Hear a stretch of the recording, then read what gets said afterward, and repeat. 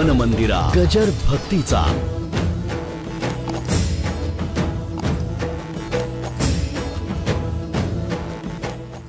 जसं एखादा मनुष्य रिटायर झाल्यानंतर माणसांना कुतूहल असतं, आता तुम्ही काय करता, आता तुम्ही काय करता. तो म्हणतो काही नाही, इतके दिवस केलं, आता आनंद भोगतो. रोज सकाळी उठतो, फिरायला जातो, येताना भाजी घेऊन येतो, घरी आल्यानंतर बायकोने सुंदर नाश्ता करून ठेवलेला असतो, पेपर वाचतो, निवांत 11-11:30 आंघोळ करतो, जरा ज्ञानेश्वरी वाचतो, अभंग वाचतो, 1-1:30 जेवतो, झोपतो. 5-6 वाजता जरा बाहेर येतो, महाराज येथे असतील तर प्रवचनाला जातो, घरी येतो, पुन्हा बातम्या बघतो, काही टीव्हीची सिरियल बघतो, 10-11 वाजता झोपून जातो. म्हणजे एखादा मनुष्य रिटायर झाल्यानंतर तो काय करतो याच्याबद्दल माणसाला कुतूहल असतं.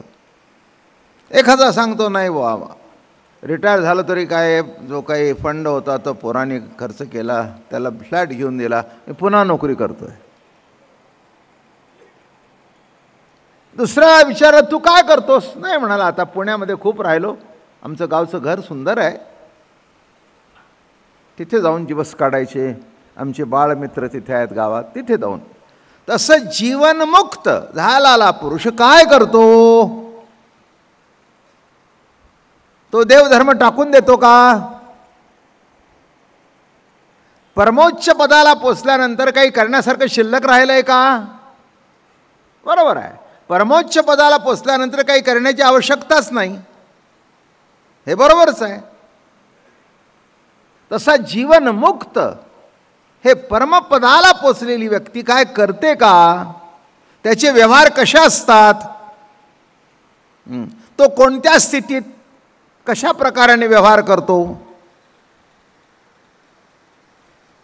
का कोणालाही आपल्याला लुबाडून देतो, काय जीवनमुक्त आहे. माझं बोलणं कळलं का, काय जीवनमुक्त आहे. अहो काही नाही, ते जीवनमुक्त आहेत, कोणी त्यांच्या खिशात पैशाचा हात घालतं काढून घेतं. म्हणजे अशी काय अवस्था आहे, मला वाटतं ती वेडपटपणाची अवस्था होईल. जीवनमुक्त शब्दाचा अर्थ जीवन असून जीवनातल्या कोणत्याही कर्मामध्ये जो अडकला नाही.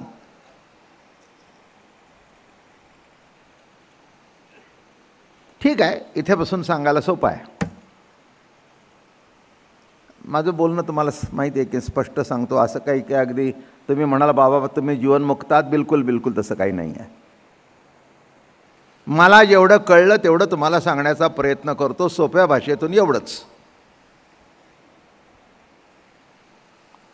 जीवनमुक्त ज्ञानी जरी झाले पावन, तरी देव धर्म तीर्थाटन न टाकती, हा मुद्दा चालला आहे या अध्यायाचा. मग त्याच्याकरता दृष्टांत दिला होता परवा, अर्भकाचे साठी पंते हाती घेतली पाटी. आजोबा आहेत पण मुलाकरता 12 खिडी गिरवतात, तसं सामान्य माणसाकरता जीवनमुक्त जरी झाला तरी त्याने नित्यकर्मही करणं आवश्यक आहे आणि तो करतो. बरं का, जीवनमुक्त झाला म्हणजे त्याला भूक लागत नाही असं म्हणण्याचा अर्थ चुकीचा होईल. जे जे तुमच्यात घडतं ते ते त्याच्यातही घडतं, पण तुम्ही प्रत्येक कर्मामध्ये अडकून जाता, तो कशातही अडकत नाही, अडकल्यासारखा दिसतो पण अडकलेला नसतो. माझं बोलणं हे समजून घ्या. तसे या ठिकाणी त्याचा भोग कसा असतो. मग आपल्या ओव्या सुरू झाल्या. दिठीची आरावा. काल प्रवचन संपताना मी मायकेल अँजेलोची गोष्ट सांगितली. तो पुतळा बघितला व्हॅटिकन सिटीमधला, सूत्र सांगतो. कुणी त्याला म्हणाला का काय पुतळा घडलाय, तो म्हणला नाही तिथे होताच, तिथे होताच, त्या दगडामध्ये मला तो दिसतच होता, फक्त मी नको त्या कपच्या काढल्या. याचा अर्थ कळलं का? त्यांनी निराळं काही केलं नाही, ते त्याला दिसतच होतं. सहज कर्मे ती झाली ब्रह्मार्पण. दुसऱ्या बाजूने सांगतो, कळेल असं, ज्या वेळेला मी करतो असं म्हणता तेव्हा ती कर्म अर्पण होत नाहीत. मी करत नाही, तो माझ्याकडून करवून घेतो, अशी जर समजत आली तर ते कर्म आपोआपच प्रभुचरणी अर्पण होतं. जरा अजून सोप्या पद्धतीने सांगतो.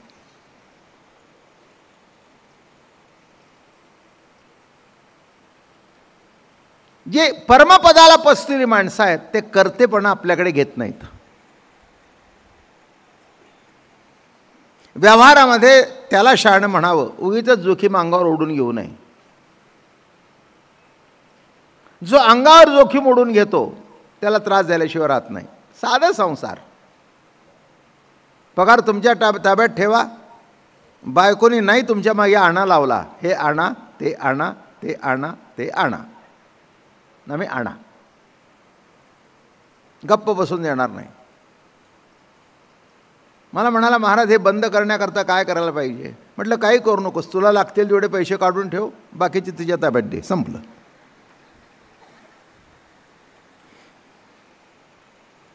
तिच्या ताब्यात दिल्यावर त्याला आपोआपच हक्क प्राप्त झाला. का ग म्हटलं, आज एक भाजी का केलीस? अहो म्हणाली, आता तुम्ही माझ्या हातात दिले त्याच्यात बसवायचं, मग मी काय करत होतो? माझं बोलणं कळलं का? तिच्यावर सोपून साधा संसार हा निवांत. तो म्हणला आता काही नाही, घरी जायचं, बसायचं, खायचं, उलट बोलायचं, ही का भाजी केली, ती का केली. तसं या ठिकाणी मोठं गमतीचा व्यवहारातला दृष्टांत सोडून द्या बाजूला. कर्तेपणा आपल्याकडे घेतला, सामान्य दृष्टांत देतोय की त्याचा त्रास होतो. करता प्रभू आहे म्हटलं, त्याच्या सत्तेने चाललंय म्हटलं की सुख काय दुःख काय येतं ते सहन करण्याची ताकद प्राप्त होते. ज्याला ही सहन करण्याची ताकद प्राप्त झाली, माझ्या दृष्टिकोनातून जीवनमुक्त आहे.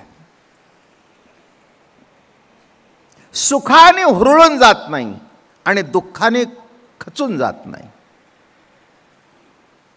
दक्षिण उत्तर मारुता मेरुदैसा पंडुसुता तैसा सुख दुःख प्राप्ता मध्यस्थु जो. इकडून वारा आला, इकडून वारा आला, पण मेरू पर्वत जसा हलत नाही तसं सुख असू दे दुःख असू दे, तो आपापल्या पदाच्या ठिकाणी निश्चिंत उभा आहे. तेव्हा या ठिकाणी आता जे आपल्या ओव्या चालल्यात, किती मूर्तीचा दृष्टांत, सोन्याची लगड त्याच्यातून घडत गेलं, त्याला दिसत होतं. माझं बोलणं कळलं का? तुम्हाला दिसत नव्हतं पण त्याला दिसत होतं. तसं सामान्य माणसाला काही काही गोष्टी दिसत नाहीत आणि ज्यांना दिसतात आणि त्या दिसण्याप्रमाणे ते वागतात ते जीवनमुक्त आहेत. तैसे भोग्य आणि भोगता दिसे आणि देखता, हे सरले अद्वैता अफुटा माझी. या ठिकाणी म्हणाले, स्फुरण मात्र वस्तू जे काही ते फुटे ऐसे जड नाही, स्फुरण मात्र आहे.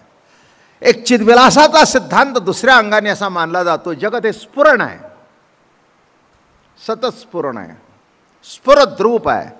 बघा, बोलणं स्फूर्त, ऐकणं स्फूर्त, चालणं स्फूर्त, कर्म स्फूर्त, स्फुरण आहे. जगत म्हणजे सत्तेचं स्फुरण आहे, तुमचं जीवन म्हणजे सत्तेचं स्फुरण आहे. ही स्फूर्ती वाचवणी उभीच अमृतानुभव. या स्फूर्ती व्यतिरिक्त या जगात दुसरं काही नाही. हे कळलं की निराळ मी करतो का तुम्ही करतो का, मी केलं का तुम्ही केलं, हा प्रश्न शिल्लक राहत नाही. स्फुरण मात्र वस्तू जे काही, आता स्फुरण मात्र आहे, तिथे काय फुटे काय तुटे काय उरलं नाही, काय तुटलं काय उरलं, स्फुरणच आहे, स्फुरण आहे. आता माझ्या बोलण्याचा ओघ आहे बरं का, माझं तोंड दाबाल, पण हे जे बोलण्याचं स्फुरण आहे ते कुठे तुटतंय का? माझा शब्द तुमच्या कानापर्यंत जाऊन पोचतोय, कानापर्यंत जाऊन पोचतोय, ते स्फुरण आहे. ते कुठे खंडित करतो होत आहे का? होत नाही. कोणी खंडित करू शकेल का? माझं बोलणं कळलं का? हे बघा, माणसाने घडलेली मूर्ती फुटली जाईल, पण त्याच्या मनात असलेली मूर्तीचं स्फुरण अखंड आहे ना.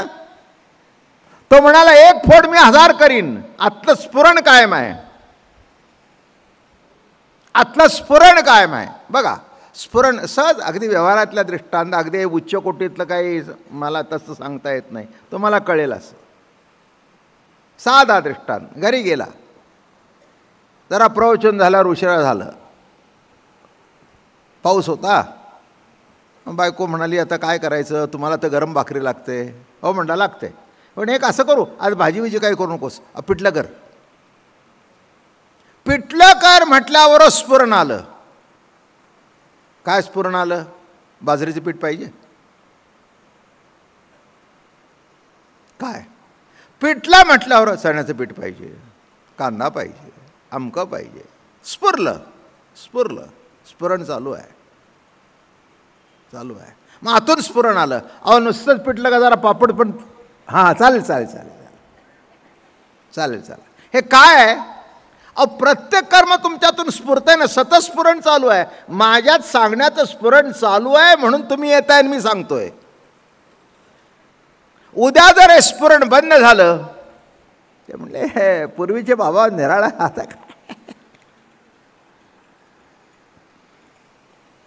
काय अहो त्यांना काय आठवतच नाही. माझं बोलणं कळलं? आता आठवणं न आठवणं हा काय माझा दोष नाही आहे. जे आठवत आहे वेळच्या वेळी, जे स्फुरद्रूप आहे, स्फूर्त आहे. माझं बोलणं सुद्धा तुम्हाला तेव्हा कळेल जेव्हा ऐकणं तुमच्यातून स्फुरेल तेव्हा. आणि ते जर योग्य स्फुरण पावलं नाही तर तुम्ही म्हणाल महाराज सांगितलं पण कळलं नाही. म्हणून त्याच्याकरता हे मध्य दृष्टांत आहेत. मागे सांगितलं आहे पण पुन्हा सांगतो.